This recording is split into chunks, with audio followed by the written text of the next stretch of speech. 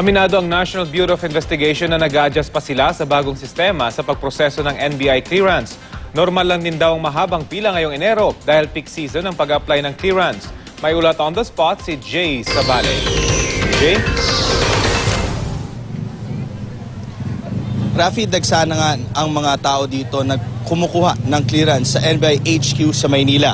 Abot na sa kalsada ang pila ng mga nagpaparenew ng kanilang NBI clearance. Ang ilan, alas 4 pa lamang ng umaga ay nakapila na. Ayon sa pamunuan ng NBI, natural lang ang dami ng tao ngayong buwan dahil peak season daw ang Enero. Katunayan noong January 2 araw o unang araw ng pagbubukas nila ngayong taon ay umabot ng 5,000 ang nagparenew. Tuloy-tuloy naman ang paglobo nito. Kahapon ay nag-average na sila ng 7,000 na prosesong aplikante bawat araw. Aminado ang pamunuan na unti-unti nang nakakapag-adjust ang mga tao nila sa bagong procedure dahil mas marami raw ang kanilang naproproseso sa mas kaunting oras kumpara sa dating sistema. Dati kasi ang encoding tumatagal ng 90 minutes pero ngayon nakukuha ito ng 30 minutes. Dumating na rin daw ang dagdag na 20 na computer hardware mula sa DOJ kahapon na ginagamit na ngayon. Madaragdagan pa raw ito ng computers pag binigay na ng DBM ang pangakong budget sa kanila. Dagdag pa nila na may mga upuan naman at electric fan pagpasok sa loob ng pasilidad. Ang di lang nila mabigyan ng upuan ay ang mga nakapila na sa labas. Namimigay din daw sila ng number sa mga nagpa-appointment ngunit di naman daw sumusunod ang iba rito. Sa halip ay nag-aabang na lamang sa labas. Para naman mapabilis pa ang proseso, alas 11 pa lamang ng gabi ay pinapapila na nila sa loob ng NBI ang mga babae. Formal naman sila nagbubukas ng alas 6 ng umaga. Noong Sabado nga ay nagbukas sila at nakapagproseso sila ng 3,000 aplikante. Titignan nila ngayong linggo kung kakailanganin pa nilang magbukas muli sa darating na Sabado. Pinaalalahanan naman ng ating mga kapuso na kukuha ng NBI clearance na huwag makipag-usap sa mga fixer kahit na naka-ID-list ng NBI, sa mga naka-NBI ID at uniform lamang maniwala at magtanong. May mga ibang paraan pa tayong iniisip kung paano natin maisaayos maliban sa pag-acquire ng additional hardware para mapaiksi ang pila at lalong mapabilis yung serbisyo natin.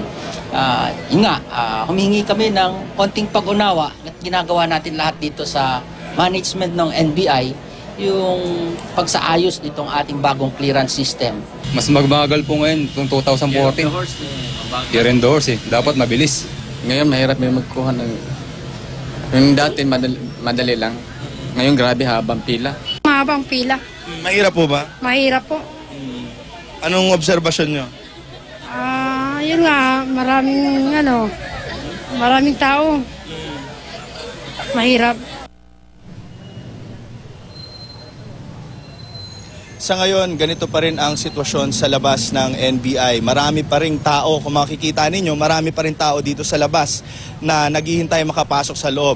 At aabot na nga pa rin ang pila hanggang doon sa may kanto ng Maria Orosa at pabalik muli rito.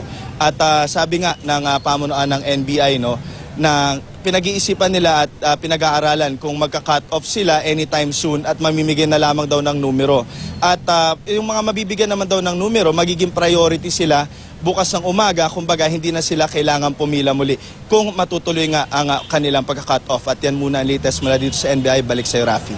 Jay, mahigit isang linggo na ito. Hanggang kailan daw sila mag-a-adjust? At yung mga plano nila para mapaikli yung pila, hanggang ngayon pa naman ay hindi pa sila nakakapag-desisyon, Jay? Actually, according dun kay NBI Director na nakausap natin, nakapag-adjust na sila kasi nung unang araw nga umabot sila ng hanggang alas 11 ng gabi. Nakapag-proseso sila ng 5,000 katao. Pero as the days went by, umaabot sila ng 7,000 applicants na napoproseso pero sa mas maikling oras. Kumbaga kagabi nga umabot lamang sila ng hanggang alas 8 ng gabi. Kung hanggang kailan sila mag-a-adjust, yan ang titignan natin at babantayan natin ng maigi. Rafi? Okay, maraming salamat. Jay Sabale.